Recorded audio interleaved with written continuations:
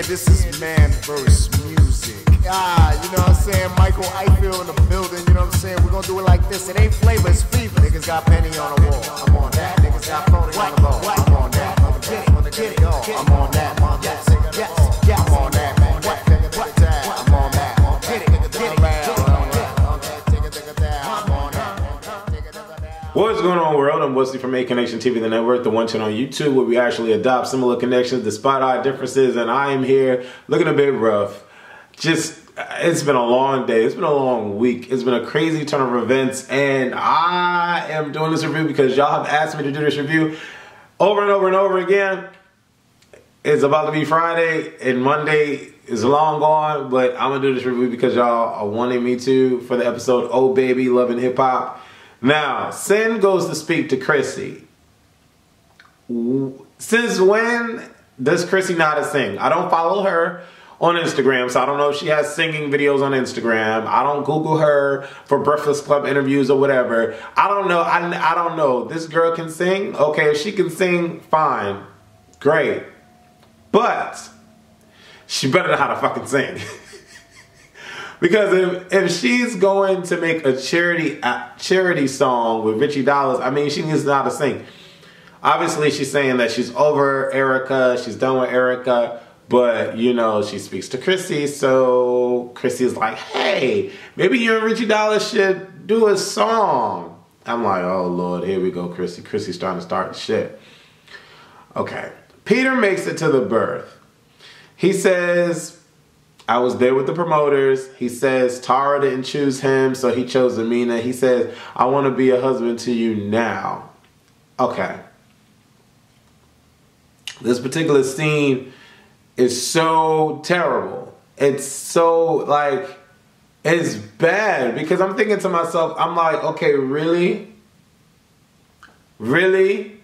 And Amina's just sitting there crying. They just had the baby. She just had the baby or whatever. And he's sitting there lying his ass off. And he says this, I am choosing you because Tara doesn't want to choose me. And I'm like, wow. And I'm like, okay, Amina isn't dumb. She understands that this is what this dude is telling her. And so I'm like, wow, like how could you, I don't know. I don't know. Erica speaks to Rich for advice about her life. She says she is dropping the lawsuit. And then they talk about her relationship. Rich actually gives her some good advice. She says he tells her to focus on her. Leave the Erica Mena superstar alone and focus on her. Or find someone that can match up with her. That has the same personality with her. And I'm like, I don't think she should do all that. Chrissy apologized to Chinks. Chrissy says, I want to start a family. She starts going on about him being married. And he says, you just have to trust me. So, okay, first off, I want to put it down. But first off, my cat is laying on my laps. How can I say this? I'm not going to say this situation is not real. I'm not going to say I don't care about this situation. But what I will say is that this situation, I don't know, it's just crazy to me. Like this woman is getting older, so she wants to have kids, and she's forcing this dude to make a decision. You already knew going into the situation that he was already married, so why even bother with him? I just don't understand why she does that or why she did that and now expects him to make some changes. I don't know. Chrissy is crazy to me. Yandy speaks to her friend, Candy, and Candy says you need to be prepared just in case he has to go back to jail. I completely agree. And Yandy is saying that, yes, she is prepared just in case things get crazy. Rich speaks to Cisco, and he says, I tried to be nice, but he says Diamond started talking about the baby moms. Okay. First of all, Cisco, there's no you trying to be nice and throwing this girl a party after you yelled at her, told her to get out of your fucking sight, and you yourself had the same, in fact, lie. Or told the same lie. Instead, you did one better and cheated on her while you were in this 2-year relationship with her. And, I mean, like, and you said you were trying to be not... these dudes and the way they treat people, like, I don't know. It's just insane to me how these guys just treat people. I don't know. I don't know. And these women just sit here and take it. Like, I really hope that Tara does not go back to Peter. Like, I really do. Cisco says the baby mom took everything in his house and moved to Atlanta. He says he was hurt. He says the baby mom, Tasha, doesn't know about his girls or Diamond. Okay.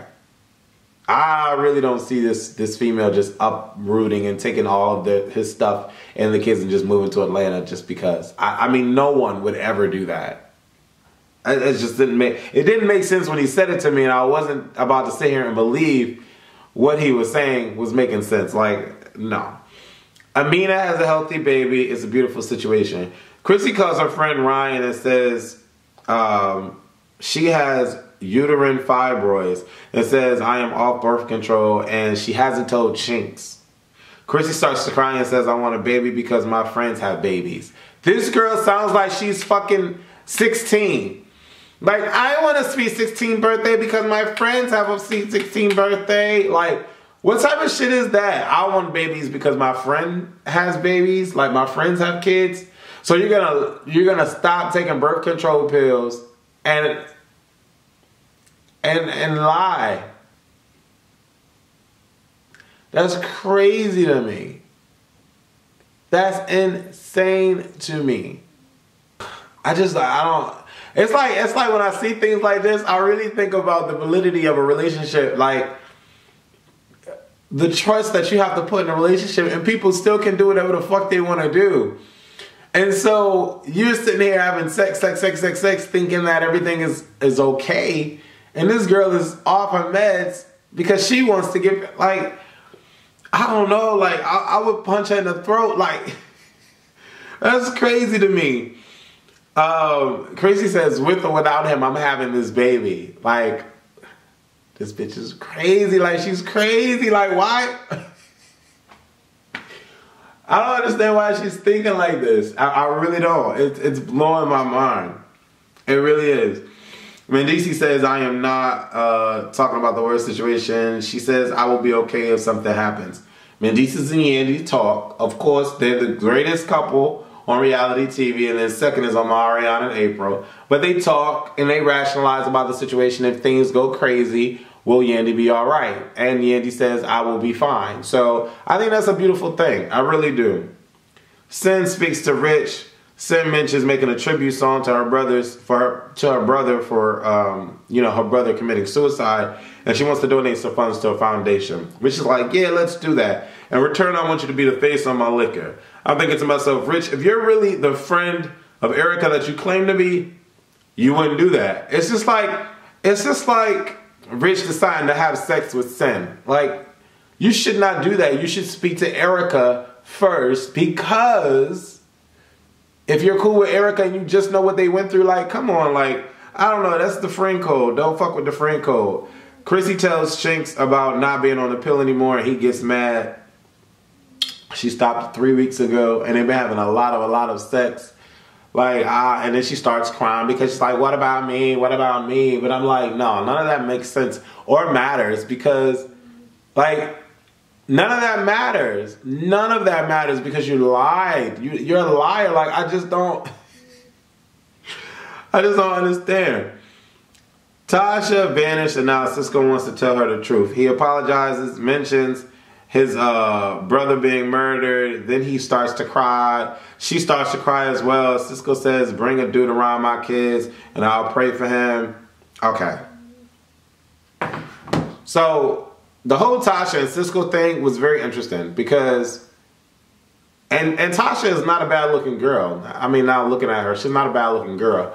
But it was very interesting, like, the dynamic between the two. Obviously, she has put up with a lot of his bullshit. And he has an excuse for every action. Every action, he has an excuse. It's annoying. It's really, really annoying how grown adults blame certain scenarios or certain outcomes within their childhood on the fact that for the person that they are today. There's only but so many times you're going to be able to use the same excuse, the same excuse, the same excuse, the same excuse, and the same excuse. You need to stop. Like, because it makes no sense. It really doesn't. It makes no sense. So stop. And then Erica getting mad over Richie. Like, Erica made a bomb ass, like, she was making sense. She made a bomb ass point when she said that it would be dumb because the whole world knows how much animosity they had toward each other the last season. For him to make her the face of his alcohol was just dumb. Like, it was just really, really stupid. Erica was actually making sense. Like, she really was. Rich, I don't know why Rich is acting like he doesn't know what he just did. Like, it just doesn't make sense. But I like the fact that Erica was like, okay, whatever, I'll see you at the party and I'll see her at the party too. Cool. Do you. Make it happen. Do what you do. I'm good. So, I don't know.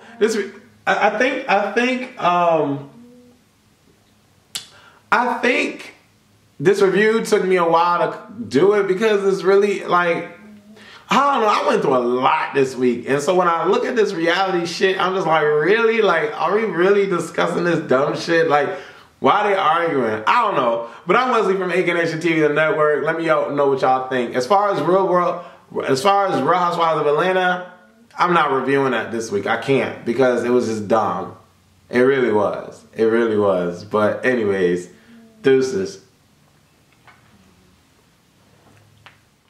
Yeah, this is Man vs. Music. You know what I'm saying? Michael Eichel in the building, you know what I'm saying? We're gonna do it like this. It ain't flavor, it's fever. Niggas got penny on the wall. I'm on that. Niggas got phony on the ball. I'm on that. I'm on that. I'm on that.